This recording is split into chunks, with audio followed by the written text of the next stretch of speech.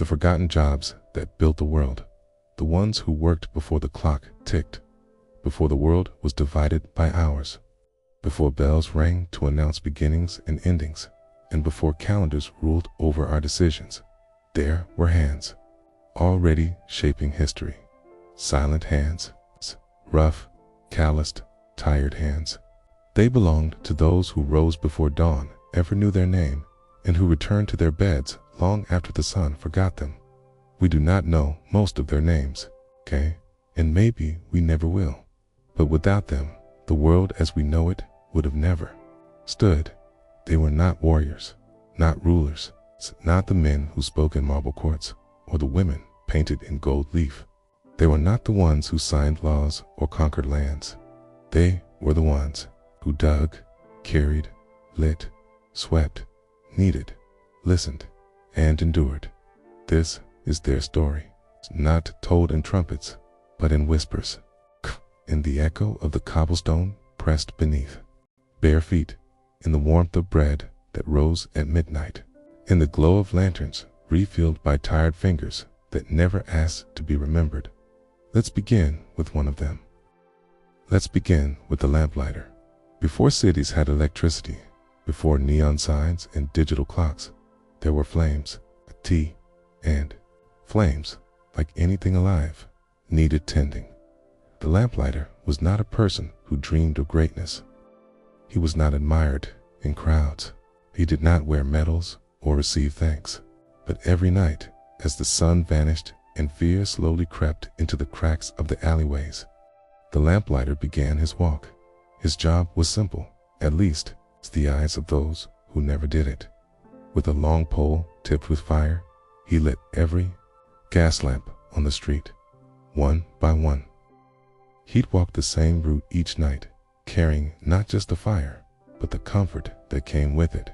People trusted that he would come, that no matter how dark the world felt, someone would arrive to push the darkness back. The lamplighter walked in silence, not because he had no words, but because his role was never to be heard. It was to make others feel safe, so they could forget he even existed. Sometimes he would pause, not for rest. Lamplighter's rarely rested, but to look into the windows of the homes he passed. He would see a mother rocking a baby, a father cleaning boots near the fire, a child falling asleep with a story still unfinished. He lit their night. He gave them the illusion that the world outside their walls was not too dark. And when morning came, and light poured over rooftops, he would return to extinguish what he had lit, because that was also part of the job, knowing when to bring the light and when to let it go. Now, let us walk further back in time, beyond the age of gaslight, into the world of the fuller. Do you know what a fuller is? If you do, before fabric was soft, before clothes draped gently on skin, before comfort was woven into what we wear, one had to beat the fabric into submission. Fullers were those who cleaned and thickened cloth after it was woven, often using urine. It's real urine for its chemical properties. They would stomp on the cloth in vats for hours, softening and cleansing it. It was hard, uncelebrated, hidden, and yet every cloak that ever kept a child warm, every banner that ever hung in a royal hall, every sheet that ever kissed a newborn's skin, first passed through the hands of a fuller. They worked in the shadows of cities, in back alleys, in corners that smelled of lye and ash and labor. They were not welcome in feasts. Their smell lingered, their presence was tolerated, but not embraced. Still, they worked, not because they were seen, but because the world needed softness, and someone had to suffer for it. Do you see a pattern forming of lives that built, supported, held, but were never held in return? Let's cross the border now to a colder place where the winds bite and the snow is not poetic but punishing. There you'll find the ice cutter before freezers, before electricity hummed through kitchens. There were men who walked into frozen lakes with axes, chisels, and fear in their chests. They cut blocks of ice, sweating in the cold, their breath mixing with the mist of danger. The ice could crack, the water could swallow. They carved and they carried. The ice was used in homes, in cellars, in hospitals, to preserve food, to save lives, to give relief. And when the sun came back and the rivers flowed again, the memory of the ice cutter melted with the season. Only those who depended on the cold remembered. And even then, only for a while, there were knockers up, too. Before alarm clocks, there were people whose job was to wake others. With sticks, pebbles, and sometimes just their voice, they would tap on windows, whisper names, rattle shutters, and then disappear before the world truly woke. They never slept in peace, because their job was to ensure others didn't oversleep. And no one asked them, who wakes the one who wakes the world? These are just a few. There are more, so many more. The rat catchers who protected cities before sanitation, the leech collectors who walked barefoot in ponds to supply medieval medicine, the gong farmers who emptied human waste before plumbing, the bell ringers who warned of fire, plague, war long before sirens. Their jobs were strange, dangerous, disgusting, but they held the world together like invisible threads. And when you close your eyes tonight and rest in comfort, know this: there were once people who never rested, just so the world could. The hands they carried without asking why.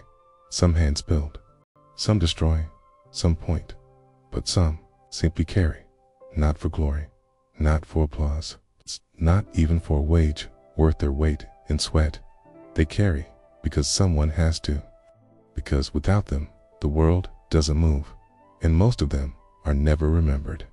They become shadows in stories, footnotes in history. Yet, if you close your eyes and listen closely, you'll hear the echo of their footsteps, still moving under everything we stand on. Tonight, we walk beside them. There was once a job called the water bearer, before plumbing, before taps sang, in kitchens, before water flowed at the twist of a wrist. It had to be fetched from wells, from rivers, from springs hidden behind thorn and stone. Water bearers rose before the sun and walked with empty jars heavier than most people's burdens. Then they returned, bent, soaked, but steady, their spines curved under the weight, Their hands turned raw from the rope of the bucket, And their feet knew every crack in the road, Because they walked it more times than anyone else. They didn't ask if it was fair. They didn't pause to dream of other lives. They knew the rule of their existence. If someone wanted to drink, someone else had to bleed. In grand mansions with velvet curtains and polished floors, there was always someone behind the shine. Let's speak now of the scullery maid. Not the cook, not the lady's maid, not the governess. The scullery maid was the bottom of the invisible ladder.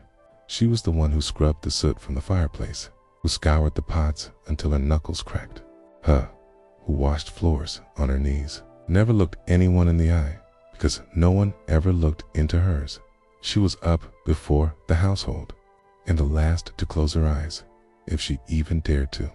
She cleaned what others dirtied, cooked what others consumed, and swallowed every ache, physical or emotional, because complaining wasn't in the job description. She wasn't allowed to hope. She was allowed to obey, yet her touch lived in every polished plate. Her breath was caught in every rising steam. Her sorrow was woven into the quiet of the kitchen. And what of the mudlarks? Children, yes, children who walked the filthy edges of the Thames River in London, searching through sludge, waste, and decay for anything they could sell. A nail, a scrap of cloth, a broken pipe, a coin, a bone, barefoot, hungry, unwanted. They lived in the gaps of society, not truly alive to the rich, yet more alert than anyone to the value of what others threw away. They didn't learn in schools. They learned from rot, from cold water, from being pushed aside again and again and still going back in. Because what choice did they have? The world above was too clean to hold them. so they learned to survive in what it abandoned. We move, now, across continents, to meet the human alarm bell in Japan, the fire watcher in cities made of wood. One ember meant disaster, so each night a person climbed a tall tower with nothing but a bell. K and SLEEPLES SNES. He watched. He waited. He listened, not for conversation, but for the whisper of smoke. K. The crack of dry timber. The panic before panic had a name. If he saw fire, he rang the bell. If not, no one knew he existed. His success was his invisibility. His value was in what didn't happen. And when morning broke and the city still stood, no one thanked him, because no one knew how close they were to losing everything in narrow European villages. When death came, it did not knock politely. It barged in with plague, with fever, with despair, and someone had to face it directly. Enter the plague cleaner, wearing nothing but soaked rags and hope. They entered homes others feared to glance at. They removed the dead, armed the bedding, scrubbed the floors with vinegar and prayers. They risked their lungs, their skin, their very souls to protect others who would never know their names. And most of them didn't survive. They were swallowed by the very silence. They cleaned, but the villagers stood, because someone cleaned what could have killed them all. The thread between them all. None of these people wrote history, but they held it in their arms. They carried the world on their backs, so others could pretend it carried itself. They were not weak. They were not forgotten by time because they failed, but because they succeeded without needing applause. So, tonight, as you sleep, let your heart remember what your mind forgot, that everything soft, warm, safe, and bright in your world was once made possible by someone else's exhaustion. Their jobs were lost, but their hands are still in the walls, still in the roads, still in the air. Listen, the world still whispers their names, if you're quiet enough to hear them. The voices that never spoke, yet changed everything. Not every job needs a voice, and not every voice needs words. There were people who changed the world, not by what they said, but by what they endured in silence. They were present in the background of every moment we now romanticize. They stirred the pots before banquets, swept the floors before ceremonies, stitched the garments worn in paintings, and wept behind curtains when no one was watching. They didn't make speeches. They didn't write books. They didn't sign declarations. But they shaped the breath of life that filled every room. Silence was not emptiness. It was labor, sacrifice, a quiet, steady revolution that never needed to shout to be real. Let us kneel beside them now. Listen, not with ears, but with memory. There once were bellows boys. Inside blacksmith forges, where sparks flew and steel screamed. A small boy would stand behind the great bellows, a giant leather contraption that breathed life into fire. His job, to pump relentlessly, rhythmically, precisely. If he stopped, even for a second, the fire would die. He couldn't speak because timing mattered more than conversation. The blacksmith's hammer received the credit. The swords, the horseshoes, the iron gates, they were all admired, but the flame that shaped them all, it lived or died in the hands of a silent boy who stood in the smoke and was never named in the story. Let's walk now to a castle, tall, ancient, grand, with halls echoing with laughter, power, and secrets. Inside its walls lived the taster. This person, sometimes a servant, sometimes a slave, was chosen for one purpose: to eat first, to drink first, not because of honor, but to see if the food was poisoned. If they lived, the king could eat. If they died, the king lived. Their life was the test. Their body was the shield. Their death was prevention. No one toasted to them. No one built statues.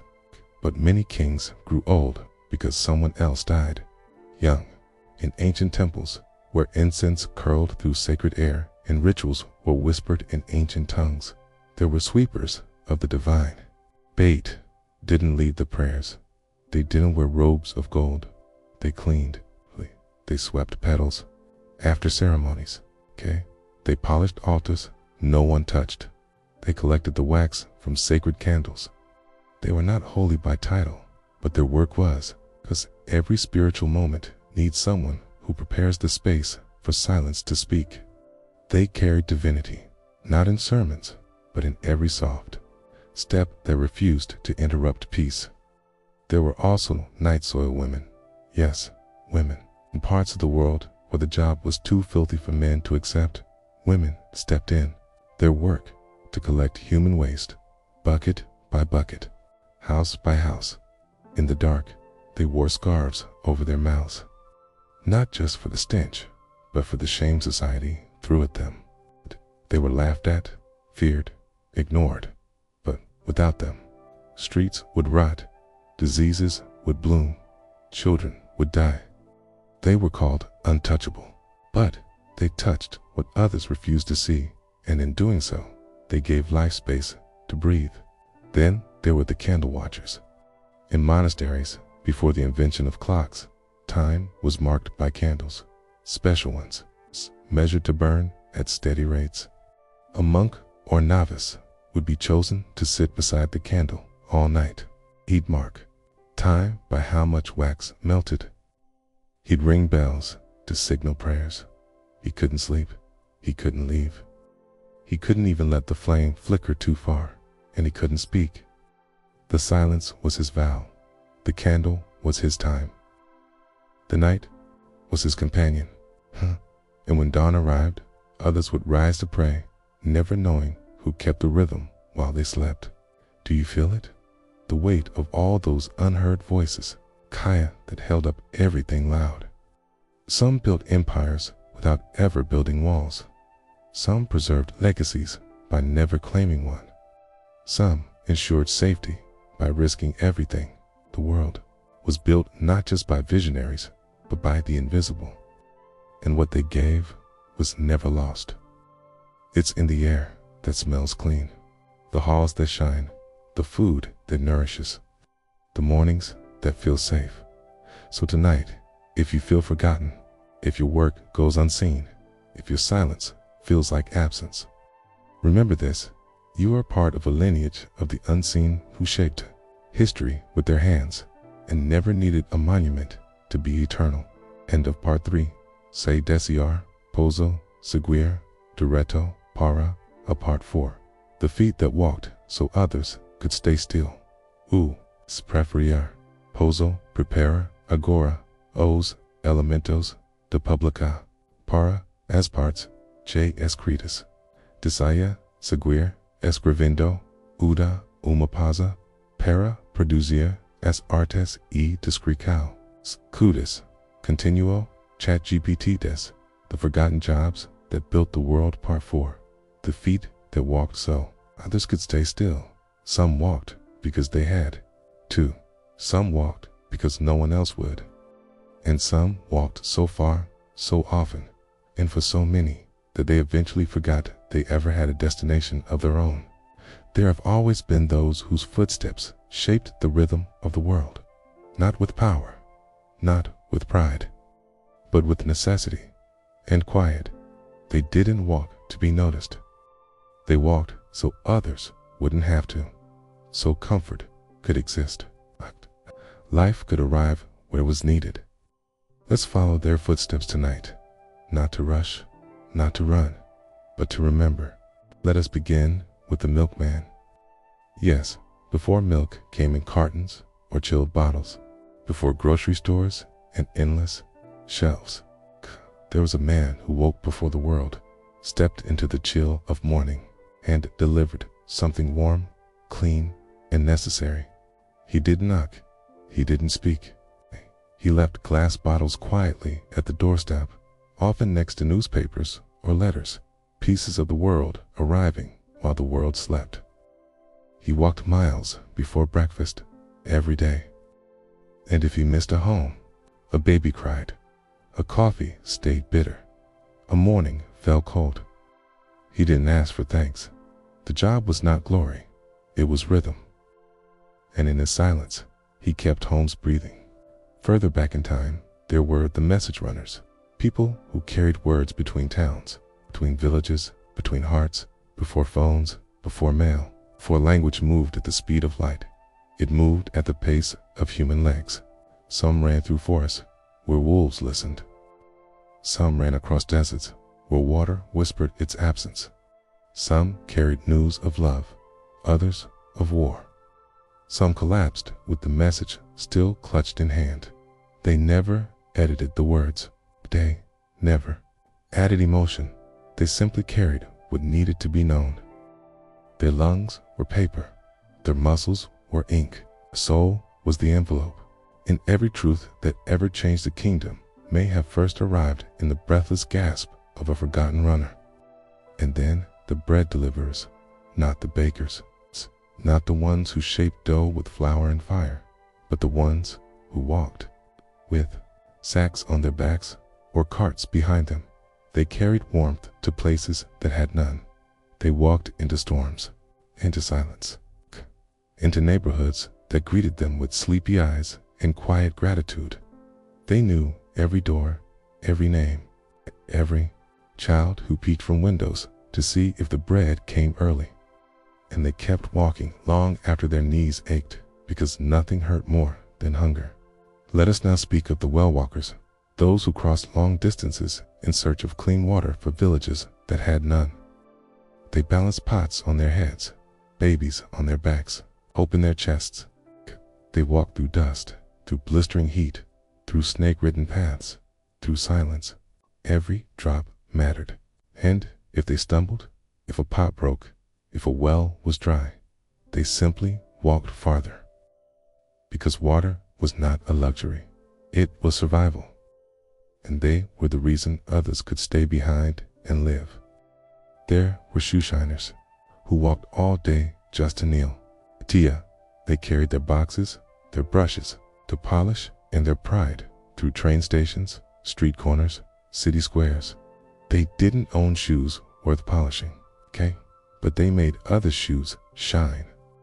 And while the world walked in confidence, in meetings and in dances, someone had bent over that same leather and brought it to life. They didn't stand tall, but they kept others standing. Some of the greatest travelers never left their city. The coal carriers who walked sacks of black stone from carts to cellars, door to door, home to home. They left a trail of soot behind them, not because they were careless, but because the job was heavier than dignity. They warmed the hearts of families who never saw the hands that bled for their winter comfort. They weren't invited to sit by the fire. They were the reason the fire existed. Do you see it now? The footsteps behind your own. The path you walk today, paved by others who never had shoes. They are in every corridor, every hallway, every delivery, every unnoticed miracle of daily life. And though we may never find their names, we can carry their story, because to remember them is to honor the kind of strength that never needed a crowd. So tonight, as your feet rest beneath warm blankets, whisper thanks to those who walked so you could stop running. The eyes that watched while no one looked back. There are eyes we remember, the ones that looked into cameras, stood behind podiums, or were captured in paintings hung in museums. But there were others, eyes that saw everything, heard everything, not because they wanted to, but because they had no choice. They were the quiet observers, the invisible guards, the ones who noticed what others missed and were forgotten, precisely because they noticed too much. Their job was not to speak, not to act, but to watch. And through their watching, they kept the world from falling apart. Let's return to their gaze now and see. Through them, the pieces of the past we never dared to notice. The night sentry stood alone, not the soldier with the sword, not the general on the hill, but the man on the wall at midnight when every village slept. His eyes moved from shadow to shadow, his ears tuned to every distant howl, every twig that snapped, every wind that shifted in the wrong direction. He didn't pace. He didn't blink too long, because danger never needed much time.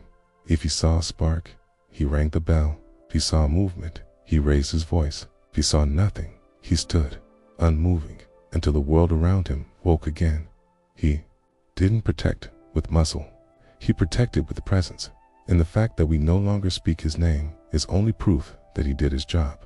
In grand houses, there was once someone who saw the entire family without ever being seen. The hall boy. He cleaned the boots, polished the doorknobs, lit the fires, and most of all, watched. He knew when the master came home angry, when the mistress wept behind closed doors, when the children laughed or screamed or disappeared. He slept in the hallway, if he slept at all.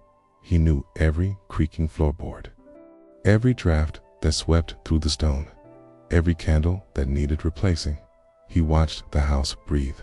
And yet, if he was ever noticed, it meant he had failed, because the job of seeing was never about being seen. The grave watchers in old villages were never spoken of with affection. They sat beside the newly buried, sometimes for hours, sometimes all night, to guard against grave robbers, to make sure the dead were truly dead. To ease the fears of the living, they held lanterns, and sometimes they held silence so tightly it felt like prayer. No one visited them. No one brought them tea. And when morning came and the ground remained undisturbed, they left quietly, as if death itself had given them permission. They weren't mourners. They weren't priests. They were the watchers. And in a time where death could return uninvited, they were the thin line between peace and horror. Let us now meet the tunnel watchers. When railroads carved through mountains, someone had to walk inside before the trains could pass to check the structure, the air, the silence. They carried lamps, sometimes birds, sometimes nothing but breath. Their job was simple: enter the dark place before anyone else, and if something collapsed, the air turned foul, if the ceiling trembled, they would know. With their body, with their life. They were not engineers. They were not remembered in blueprints. But every train that crossed safely owed a silent thanks to the eyes that entered first. Now, think of the window watchers, women mostly, who sat beside sick beds day after day, watching the light change on the walls. They were mothers, sisters, daughters. They weren't paid. They weren't trained. They weren't allowed to be tired. They watched the breath rise and fall, watched fevers rise, watched hope fade. And when the breath stopped, they were the only ones who saw it. They held hands that others feared to touch. They kissed foreheads that others had already forgotten. Their eyes were weary but steady, and they carried the memory of the dying long after the world moved on. And then the lighthouse keepers on the edge of nowhere, surrounded by storm and stone, they lived alone so others could find their way. They kept the light burning, even when the wind screamed, even when the sea tried to steal the tower itself. They watched the horizon, hour after hour, night after night, for ships, for signs, for anything that suggested someone else was out there fighting to live. If the light ever failed, lives would vanish, but it rarely did, because someone stayed awake, watched the ocean, and whispered to the dark, "I see you. You are not alone." What connects them all? They saw what we refused to. They noticed when no one else cared, and because of them, the world kept spinning with a little more grace. They never wrote what they saw, but they remembered. And in remembering, they protected things more fragile than walls. They protected trust. So tonight, if you've ever felt like the one who watches while others rush past, know this: you are not invisible. You are the thread, the stillness, the keeper of quiet truths. And maybe the world endures not because of the loud, but because of those who choose to stay and simply see. The ones who disappeared into their work so the world could appear organized. There is a kind of work that is almost magical, not because it performs miracles, but because it hides all the chaos behind calm surfaces. You've seen it, felt it, stepped into rooms that felt clean, warm, aligned, without once asking, who made it that way? Some people don't just do their jobs, they disappear into them. So much so that all that's left is the result: order, structure, predictability, comfort, and behind it, someone exhausted, someone quiet, someone unseen. This is their part of the story, the keepers of invisible systems, the ones who made the world work by never letting anyone know how hard it was to keep it from falling apart. Let us begin with the linen keepers in great estates and humble inns alike. There were always cupboards, closets, chests where linen rested, crisp sheets, folded towels, tablecloths that knew the language of ceremonies. But linen didn't fold itself, didn't clean itself, didn't smell of lavender and starch without human hands, patient, practiced hands. The linen keeper knew every fiber, knew the difference between ceremonial whites and sleeping whites, knew what could be reused, what had to be mended, what was disdained to save. She was the quiet guardian of everything that made a place feel civilized. When guests arrived and marveled at the freshness of a room, they never knew who had risen before the sun to iron the very idea of comfort into every corner. She was not thanked, only expected.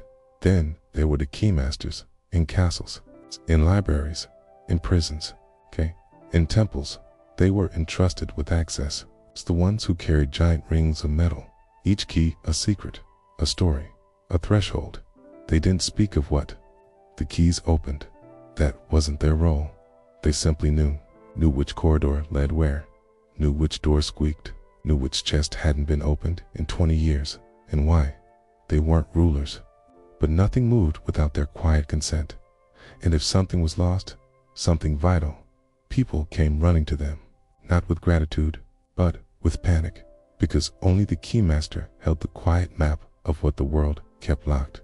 Let's walk now into the world of the stationers.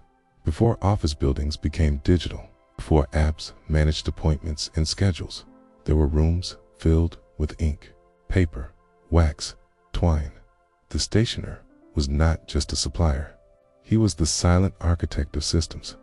He knew the exact weight of paper needed for contracts, the right ink for signatures, the color of ribbon for morning letters, the seal for nobility, the parchment for poetry. Without him, business stopped, courts stalled, hearts remained unheard. He didn't write the words, but he made sure the words could be trusted, could be preserved, could arrive intact. He disappeared into the background as ink disappears into the grain. Have you ever heard of a pantryman? Not a cook, not a server, not a farmer. The pantryman lived in the in-between, the keeper of inventory, the manager of invisible abundance.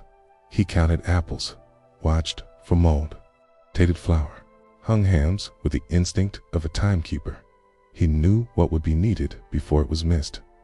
He noticed when something spoiled before it spoke. He prevented hunger, not with recipes, but with rhythms. Without him, a feast became a failure. Without him, a winter became a warning. He never sat at the table, but he knew more about survival than anyone who did. Let us not forget the clockwinders in cities with clock towers. Someone had to climb up spiral staircases, past birds and dust and forgotten cobwebs, into the belly of gears and gravity, and there, with hands often cold, often shaking, they wound the mechanism that told time to the town. If they didn't come, time stopped. Shops opened late, churches rang bells off-beat. People missed trains, missed prayers, missed each other, but no one ever missed the clockwinder. He arrived. He turned, He left, and the world went on as if time flowed naturally. Do you see now? There were people whose entire identity was to make things run without making noise. They were the invisible. Alignment, the reason the curtains opened at the right moment, the reason the tea arrived hot, the reason the documents were filed, the reason the shoes were by the door, the reason the air smelled like it was supposed to. They were not noticed when things worked. They were only remembered when something failed.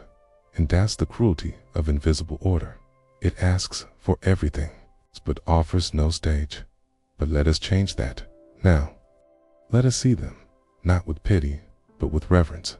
Because to organize a world without being seen is a deeper act of love than to command it from a throne. So tonight, if you find yourself folding things no one asked you to, fixing what no one noticed was broken, checking the lists, checking the locks, ensuring that tomorrow doesn't collapse, know this: you walk in sacred footsteps. You are part of the order that allows others to believe the world simply takes care of itself. But you know better, and now, so do we, the ones who carried stories without a voice.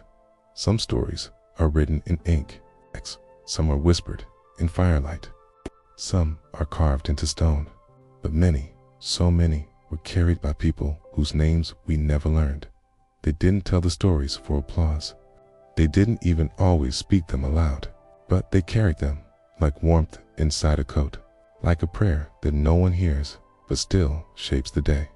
They were guardians of memory, but not in the way history remembers. They didn't write the rules, okay? They carried the reasons. Let's walk beside them now, and let their silence tell us everything they never said. There was once a profession, though calling it a profession might feel too grand, known simply as the copier, before printing presses, before digital archives, before the cloud held everything we forgot. A copier sat at a table by candlelight with aching wrists and endless patience. He copied scrolls, books, decrees, poems, Bibles, laws, lullabies. Sometimes he understood the language, sometimes he didn't, but he copied, line by line, letter by letter, knowing that a single mistake could unravel the meaning of a century. He added nothing. He removed nothing. He lived between the words, like a breath the world didn't know it needed. No one remembered his name, but everyone remembered the text, and that was enough. Then there were the oral carriers, not bards, not performers, but elders in villages who knew the names of every ancestor 3 generations back. They knew where the well was first dug, when the drought came, who married whom, why that stone was cursed, why that tree was never to be cut. They told stories not to entertain, but to survive.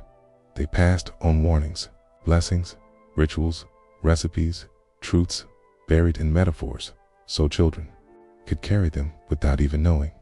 They weren't published, but they were engraved in the hearts of everyone who listened by firelight and learned who they were.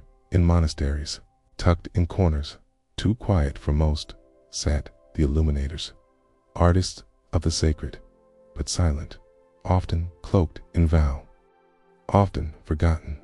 By the time the book reached the altar, they added gold to letters, colored the margins with vines and birds, made words feel like they were born from light itself.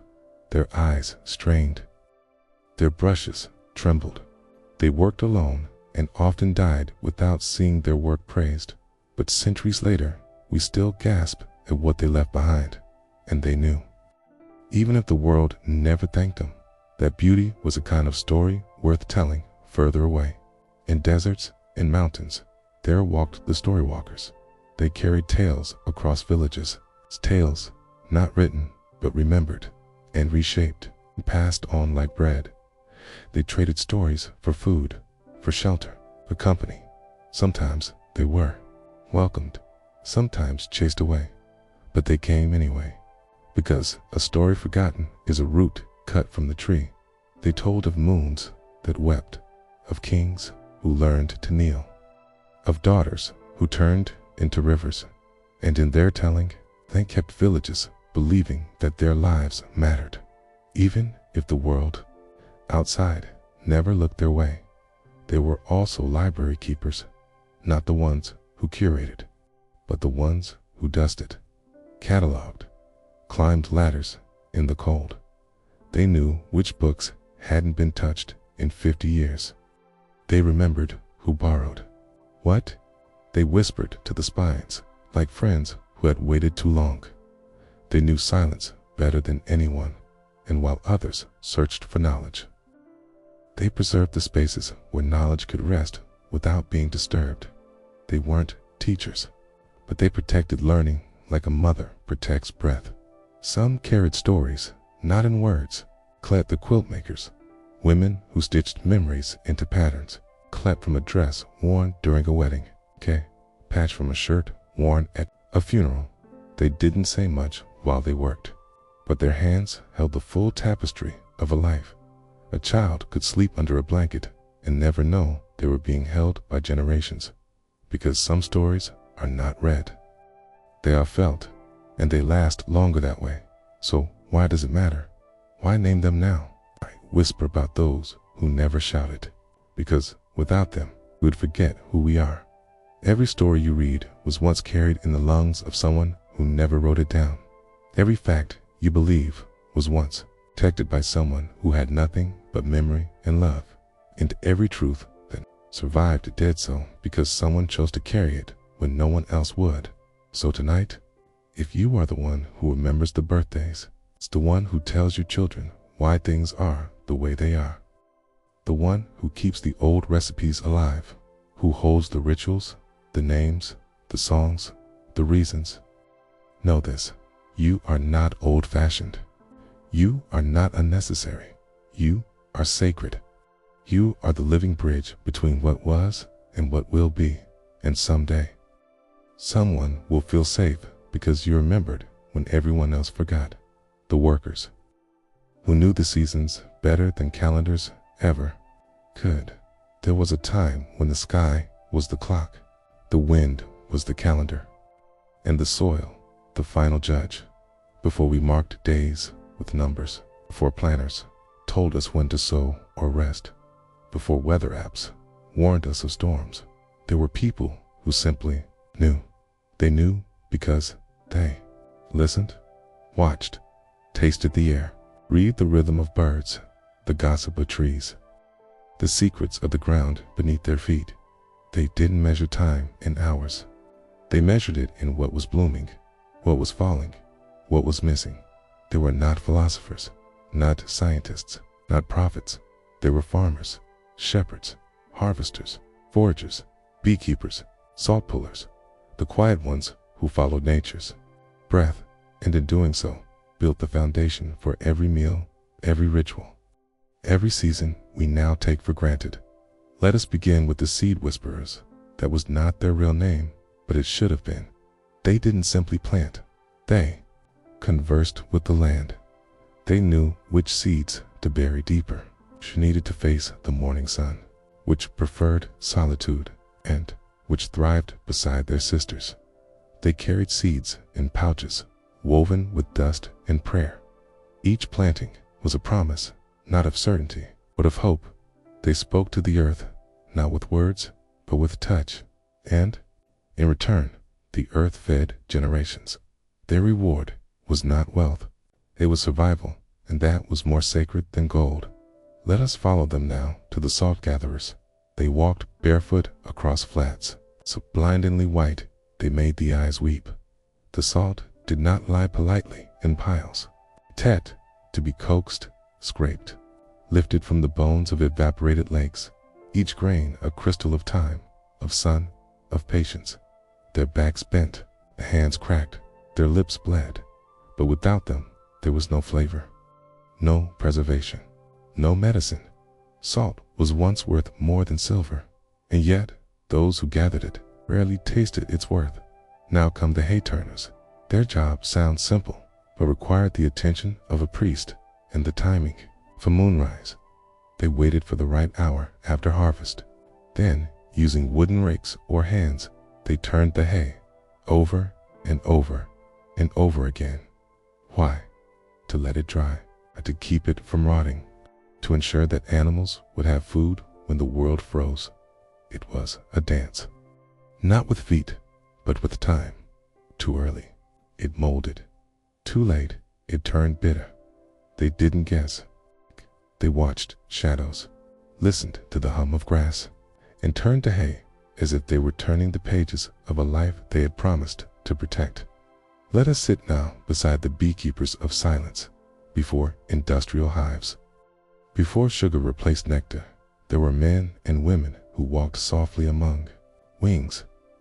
They knew that bees weren't to be commanded, only respected, and, if respected, shared their gold. Honey was not just sweetness. It was healing, preservation, currency. The beekeeper wore no armor, only patience. They smoked the hives, not to harm, but to soothe. And when they reached inside, they did so with reverence, because they weren't stealing. They were receiving what nature offered when treated with trust in the highlands and valleys.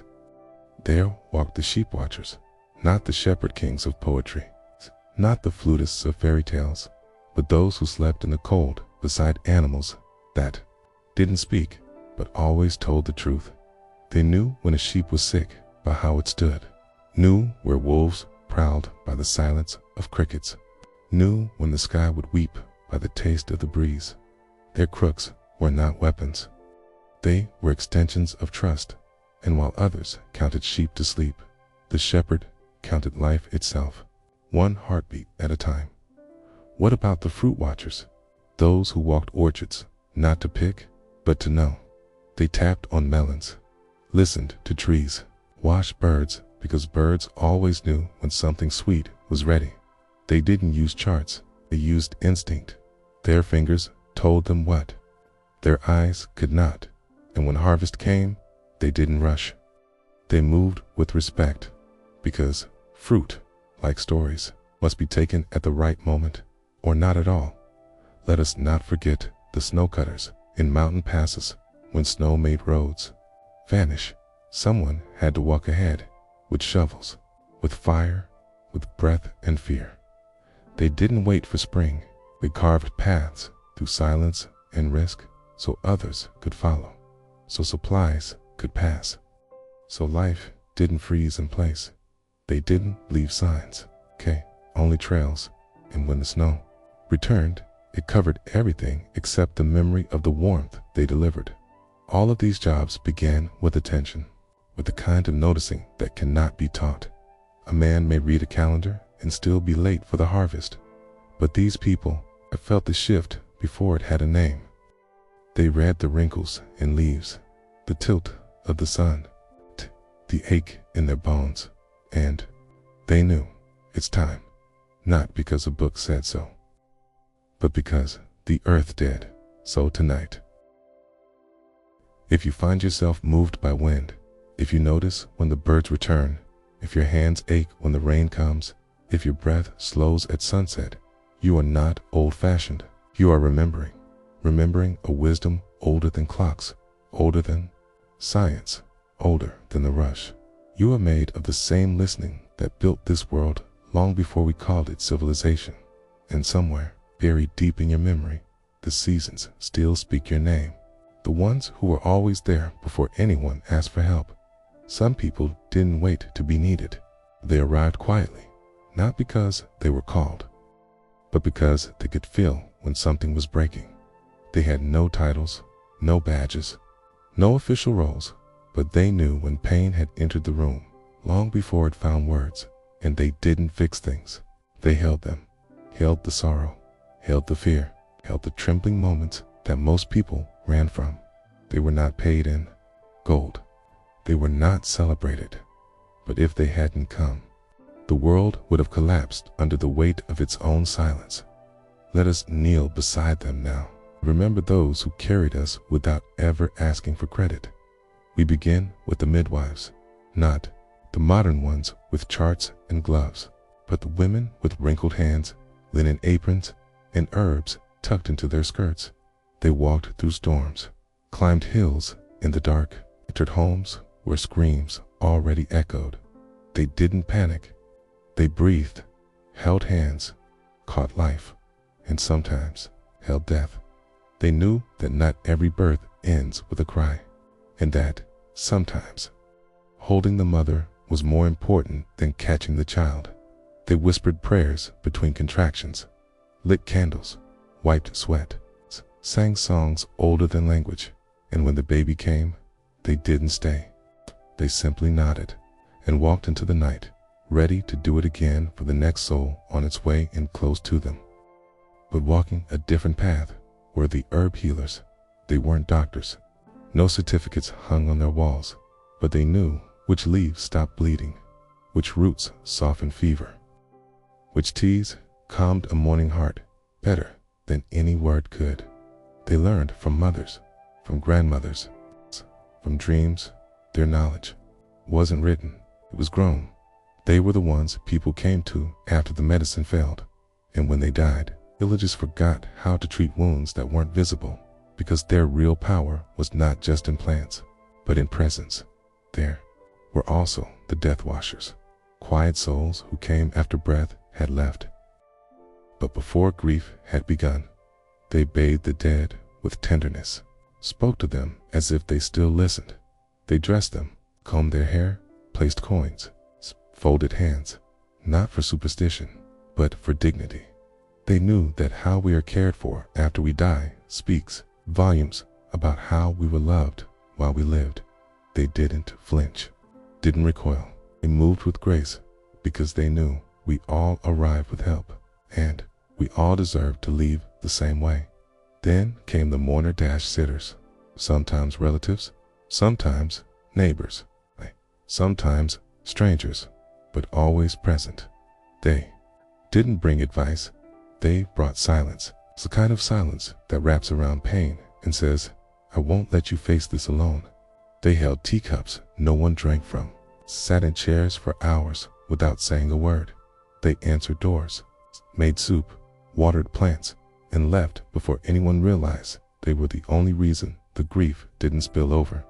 We must speak, too, of the fire starters, not the dramatic kind, the simple ones, the ones who knew that after disaster or during it, people need warmth.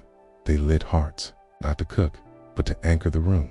They brought blankets, candles, baked bread, not because it would solve anything, but because it said, you are still human, still here.